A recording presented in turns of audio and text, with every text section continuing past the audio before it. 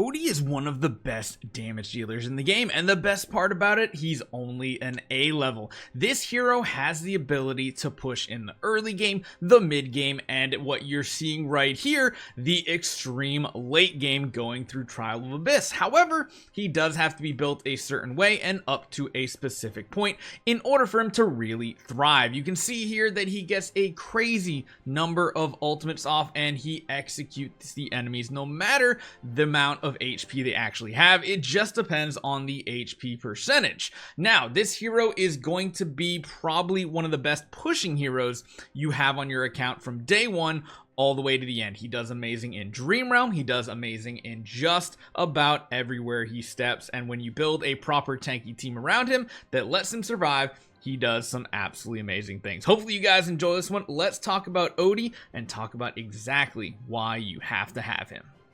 This is my man Odie right here. He should be on your wish list. He should be your Dream Realm target. He should be your everything in the early game. However, you don't typically use him outside of bosses in the very early game. That very much changes as you get to the late game. This hero is crazy, and even here we're just 6 away from getting him to Supreme Plus.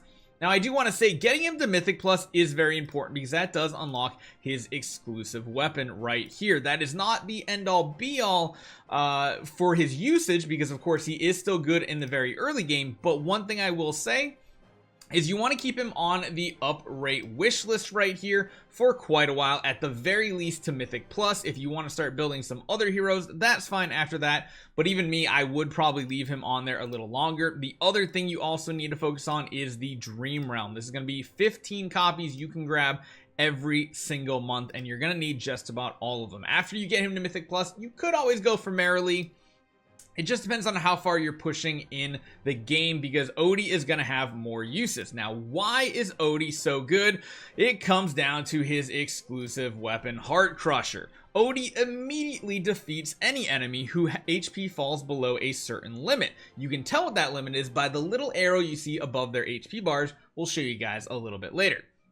It equals to 5.2 times the base damage dealt by that poison dart per second. Each time a poison enemy is defeated, the limit is increased by 0.5 times of the base damage dealt by dart poison per second, up to 2 times. As you do level it up to EX5, it goes to a 5.7 times multiplier instead of 5.2. The big one is at EX10. This one is huge because when he does kill that enemy, you're number 1 getting 200 energy for getting the killing blow. Number 2, you're getting an additional 600, which means he's almost going to chain his ultimate over and over, destroying the whole battlefield. Beyond that, you can go even higher up, bring it to a 6.2 times multiplier. I decided to stop mine at 10, and that is very important. When you do get to Supreme Plus, triple tap hits the poison target. His damage is increased by 1.5 times the poison dart damage dealt. This is really going to help out on bosses and stuff like that because his triple tap is his main ability. You can see right there, the animation.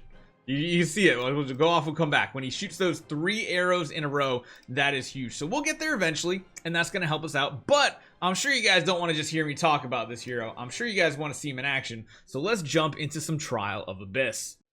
So he really starts thriving right here in this game mode because even when I'm running my traditional Cessia or Florbell type team, you start running into some issues. And right here, this is where we really need it. The best part about his execute goes through invulnerabilities, all these other things. It is absolutely amazing. So placement is going to matter, and you'll notice we're using a very tanky team. We're also going for additional stats by having 4 Maulers on the team and then Thorin just to help survive. We definitely need to move you because we don't want you being the target of that Vala. I'd rather have it be someone else. Honestly, something like this is not the worst idea. Putting your Brutus across from her, letting him run to the front and still take all that aggro. The important part is giving Odie enough time to start doing damage. You'll notice right above the enemy's head, you start seeing this arrow. That arrow is very important because that arrow is the indicator of HP that must surpass. The arrow must go past the line. And when it does, it executes the target immediately. Now, as you guys can see, we're going to have to tweak our lineup just a little bit to try to get a little more progression here. But this is why he becomes so good. These enemies have so much HP, and a lot of them have abilities to like heal and such, and this really helps ramp it up. We could use some other heroes. I think honestly, maybe even just sacrificing one of our other heroes and letting Brutus stay in the front row might be the better option. Letting Vala kind of take him out isn't always the worst case scenario if it does mean we get to keep our tanks going, but these tanks are getting shredded so quickly, and then that Vala does target our Odie. I did do some pushing, so I don't necessarily know if we're going to get any wins right here, because I did do a little pushing here today. But again, I do like putting a hero. I don't want to put Thorn in the back, mainly just because of that situation right there. I feel like this is still one of the more solid teams. We could even drop... Honestly, we could do something like this and link him up, and that might be pretty good as well. I don't know what I want to do just yet. There's a lot of different options. I don't really have Entandra to throw in here either. We could put an Igor in that would buy some time, or we could even go with something like this.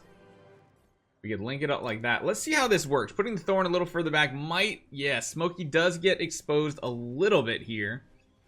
But we do have Rowan using his. We got the healing from Rowan too that might keep these heroes alive. This is looking a lot better. We have 2 of those arrows above the head for the executes. And you'll notice Odie continues to try to apply it to many different heroes. The Seth is the biggest issue right here. Seth is gotta be one of the most annoying heroes in the game. What we could potentially try doing is Seth swappable. Let's see. If Seth is swappable, that's actually perfect. We could run Rhynier. Send Seth over here so he's going to take additional damage, and maybe Odie can take him out very quickly with this, although he does jump right back, which is so annoying. We do lose a bunch of heroes, and then Vala. Yeah, this is the tough one. Vala and Seth as a combination is absolutely brutal. It's almost like you need your tankiest heroes in the furthest back positions. I wonder if we were to do something like this.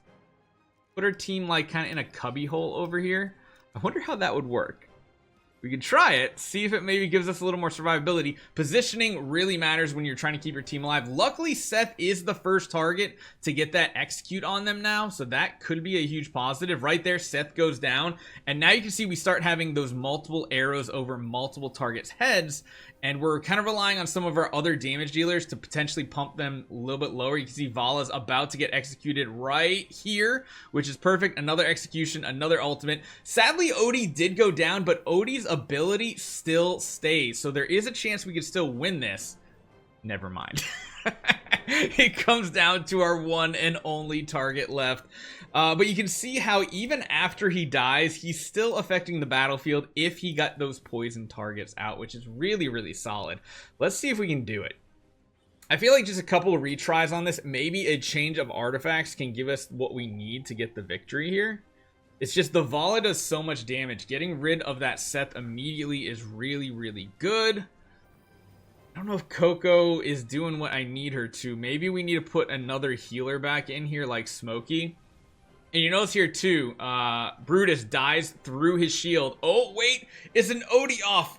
Is our Odie stronger? No, it's not. The PvE game mode in Trial Abyss Odie is so much stronger. Let's try swapping out the Coco because it doesn't seem like she's doing too much for a Smokey. Because Smokey's also going to be able to do some damage on his third ultimate. So maybe that helps. I also feel like the shields from Coco might have been coming a little bit too slow. Seth has a ton of HP, but you can see right here, he's about to get executed. Boom, he's gone. Even though he had all that HP, we just executed 3 heroes in a row. We got the enemy Odie targeted, and yeah, it looks like that's exactly what we needed to get it done. And this is why Odie is going to carry your team at Mythic Plus all the way through Trial of Abyss as you level up.